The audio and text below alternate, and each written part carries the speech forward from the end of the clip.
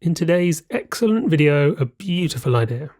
How to remove frequencies without removing the instrument that lives in those frequencies. Specifically, let's low pass filter this drum loop to create some space in the mix for a vocal and give it a darker edge. With a normal low pass filter, we'd lose the hi-hat rhythm.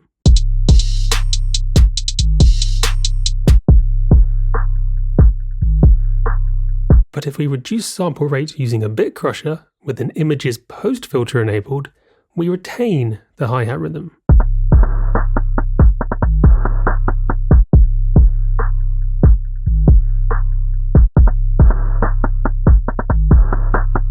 Later in the video I'll show you how this works on a technical level, saying fancy words like Nyquist frequency and aliasing artifacts. But first, a few more examples so it's clear how this sounds musically.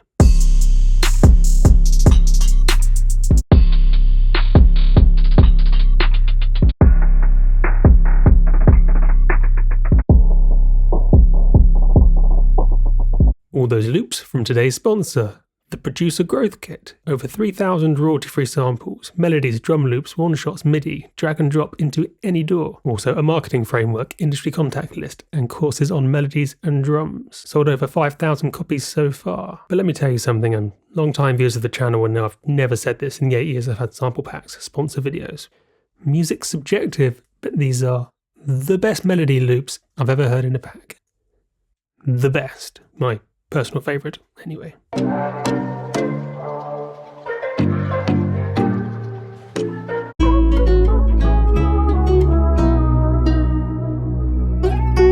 I'll show you more later on. Back to the video. There are two stages to the bit crushing. Sample rate reduction, which is a type of inharmonic distortion, and then a low pass filter, which we've called an images post filter. Since stems are included in the pack, we can look at these two processes on the hats exclusively. Sample rate reduction extends the spectral density of the hats.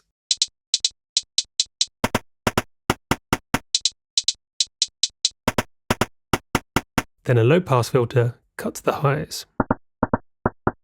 But why have I been calling this an images post filter? It's a normal low pass filter, but tracked to something called the Nyquist frequency. The Nyquist frequency is half the sample rate. So if I reduce sample rate to 2K, Nyquist is 1K. Distortions to the left of this are called alias artifacts, and distortions to the right of this are called images. I'll input a sine wave sweeping from 20 Hz to 20,000 Hz. Nyquist is the point where new frequencies start appearing below the input frequency.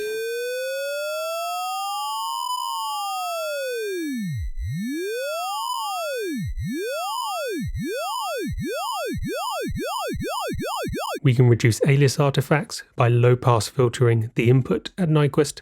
We can reduce images by low-pass filtering the output at Nyquist. Live 11's bit crusher Redux calls this pre- and post-filtering, whereas my favourite plug-in bit crusher, Decimort by D16, calls this a prox filter and images filter. If using Live 10 or Logic or a different DAW or a cheaper plugin, you can always manually place a low-pass filter before and or after your bit crusher. Now, here's where I'd probably say there's some deep philosophical difference between aliasing artifacts and images, or reference the Nyquist-Shannon sampling theorem, or maybe I just rearrange the studio for some spectacularly poignant reasons somewhat tangentially related to the topic of discussion.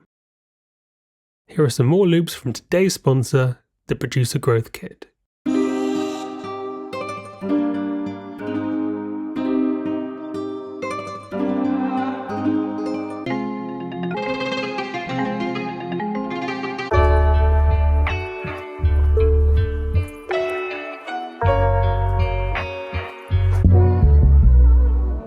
You can find a link to the pack in the description below. See you in the next one.